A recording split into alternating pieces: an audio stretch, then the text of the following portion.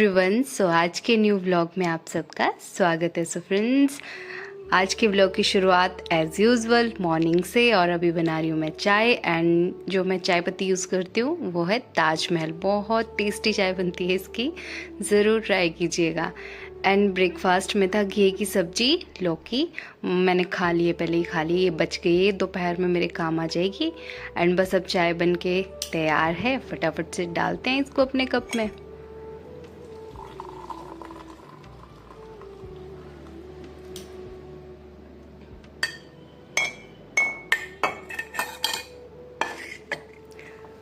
Friends, मेरी चाय दिखने में जितनी खूबसूरत लगती है ना, टेस्ट में उतनी ही टेस्टलेस होती है। मतलब बिल्कुल भी टेस्ट नहीं होती, इसमें बिल्कुल मीठा नहीं होता और दूध भी बिल्कुल कम होता है।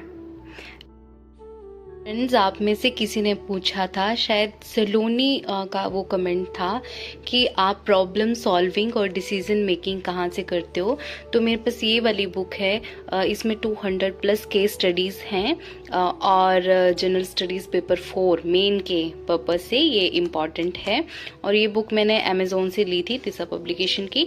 इसमें देखो गाइस, इससे कैसे मेरी प्रॉब्लम सॉल्विंग और डिसीजन मेकिंग की प्रैक्टिस होती है। जैसे इसमें केस स्टडी दी गई है, मैं आपको बताती हूँ। जैसे ये यहाँ पे बोल रहे हैं कि आप एक यंग आईएएस ऑफिसर हो और एक विलेज एरिया में आप रिसेंटली पोस्टेड हुए हो। उस विलेज में ऐसे कोई डेवलपमेंट भी नहीं है और वहाँ के जो लोग हैं वो अपने बच्चों को काम पे ले जाना ज़्यादा अच्छा समझते हैं एज़ कम्पेयर टू स्कूल भेजने से। वो स्कूल भेजना उनको इम्पॉर्टेंट नहीं समझते। बहुत कम स्टूडेंट स्कूल जाते हैं और वहाँ के टीचर भी रेगुलरली स्कूल नहीं आते। और आप नोटिस करोगे कि स्कूल की जो कंडीशन है वो भी बिल्कुल ठीक नहीं है। मतलब कहीं से उसमें कलर नहीं है अच्छे से, कहीं से टूट रहा है, कहीं कुछ ऐसे। और as an educated citizen you feel everyone has right to education. और आपके पास 2 ऑप्शन हैं। अब आपको कंडीशन दी गई कि आपके पास इस केस में 2 ऑप्शन है। या तो आप क्या करोगे, उन बच्चों को फोर्स करोगे कि तुम्हें स्कूल आना पड़ेगा और पेरेंट्स को वार्निंग दोगे कि अगर आप इन बच्चों को स्कूल नहीं भेजोगे और काम पे लेके जाओगे तो आपको पनिशमेंट मिलेगी। और या तो आप क्या करोगे, आप रिक्वेस्ट करोगे विलेजर्स, जो भी गांव के लोग हैं, उनसे कि अपने बच्चों को स्कूल भेजो। जैसे अब एक केस स्टडी दे दी और उसमें आपको कंडीशंस दे दी। अब जब मैं इसका आंसर एनालाइज करूंगी, या अपने दिमाग से, पहले मैं कोशिश करूंगी कि अपने दिमाग में सोचूं कि अगर ऐसी सिचुएशन हो तो मैं क्या करूंगी ऐसी सिचुएशन में। फिर मैं आगे रीड करती हूँ, फिर देखती हूँ कि कहीं मेरी मैच जो मैं सोच रही थी वो यहाँ पे मैच कर रहा है या नहीं कर रहा है। तो this is how I am doing my practice. And जैसे ये देखो, राइट टू एजुकेशन के बारे में, आर्टिकल के बारे में इसमें दिया गया है, केस स्टडी 2, 3, ऐसे बहुत सारी, इसमें 200 से भी ज़्यादा केस स्टडीज़ हैं। तो बहुत मतलब एक अच्छा माइंडसेट बनता है आपके दिमाग में, पॉजिटिव एटीट्यूड का आना, और कैसे हमने प्रॉब्लम्स को टैकल करना है, वैसा आप धीरे धीरे जब प्रैक्टिस करते हो तो वो चीज़ सीखने लगते हो। तो मेरे पास तो हाल फिलहाल यही है, और कुछ मैं यूट्यूब से भी देख लेती हूँ ऐसी सिचुएशंस, ऐसी केस स्टडीज़। और अभी तक तो मेरे पास यही है। अगर आपके पास इसके अलावा कुछ और है तो प्लीज़ मुझे भी आप बताइएगा कमेंट में, मुझे भी हेल्प कीजिएगा। And so this is how I am preparing for case studies and like ethics के लिए मैं कुछ इस तरह से तैयारी कर रही हूँ अपनी।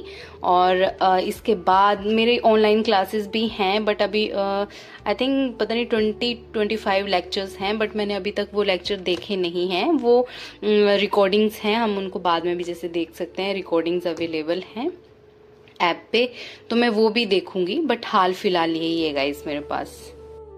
एंड फ्रेंड्स, अभी मैंने क्लास कर ली अपनी, इसकी जियोग्राफी की क्लास मेरी हो गई है, और अब मैं स्टार्ट करी हूँ इकोनॉमी में जो मेरा टॉपिक चल रहा है आजकल, वो चल रहा है RBI, reserve bank of India, उसके बारे में लिखना है।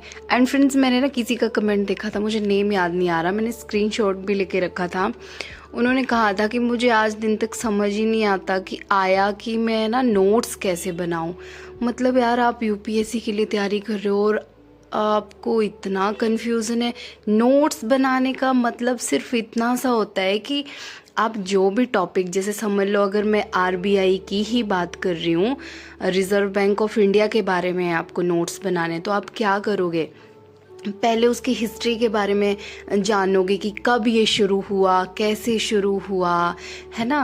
मतलब इसके फर्स्ट गवर्नर कौन थे, ये इसका जो हेड ऑफिस था वो कहाँ पे था, सबसे बड़ा हेड जो होता है आरबीआई का उसको क्या बोलते हैं, आरबीआई क्या क्या फंक्शन परफॉर्म करता है, इसका क्या स्ट्रक्चर है, इसमें कितने मेंबर्स का, कितने डायरेक्टर होते हैं, कितने मेंबर्स का ग्रुप होता है, कौन कौन क्या क्या चीज़ देखता है, क्या क्या आरबीआई के पास रिस्पॉन्सिबिलिटीज़ होती हैं, ये सब हमें उसके बारे में लिखना होगा। और इस सब के बारे में जानना है, सर्च करना है, बुक की हेल्प लेंगे, यूट्यूब पे अगर क्लास कर रहे हो तो वहाँ से भी हेल्प मिलेगी, और गूगल भी है हमारे पास।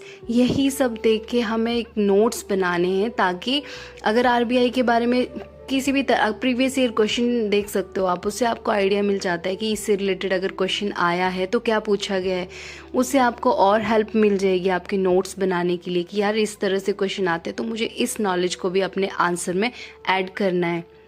यही सब चीज़ें बनानी होती हैं। जैसे देखो ये मैंने नोट्स बनाए, तो मैंने इसकी हिस्ट्री के बारे में लिखा, फिर इसके फंक्शंस के बारे में लिखा, फिर इसका जो सेंट्रल ऑफिस है वो कहाँ पे है, पहले कहाँ था अब कहाँ है, स्ट्रक्चर ऑफ आरबीआई, फिर इसमें जो कितने मेंबर्स होते हैं, कितने डायरेक्टर होते हैं, कौन इसका हेड होता है, वो सब के बारे में लिखा। फर्स्ट गवर्नर कौन था आरबीआई का, फर्स्ट इंडियन कौन थे जो आरबीआई के गवर्नर बने, इसके अंडर जो बैंक्स रहते हैं वो कमर्शियल बैंक्स क्या होता है, कोऑपरेटिव बैंक्स क्या होता है, इसमें कौन से बैंक्स आते हैं, वो सब के बारे में लिखना है बस। एंड फ्रेंड्स, आज के व्लॉग में इतना ही। अभी कर रही हूँ मैं डिनर में बना है पुलाव, मैं खा लेती हूँ एंड आपसे मिलेंगे नेक्स्ट व्लॉग में।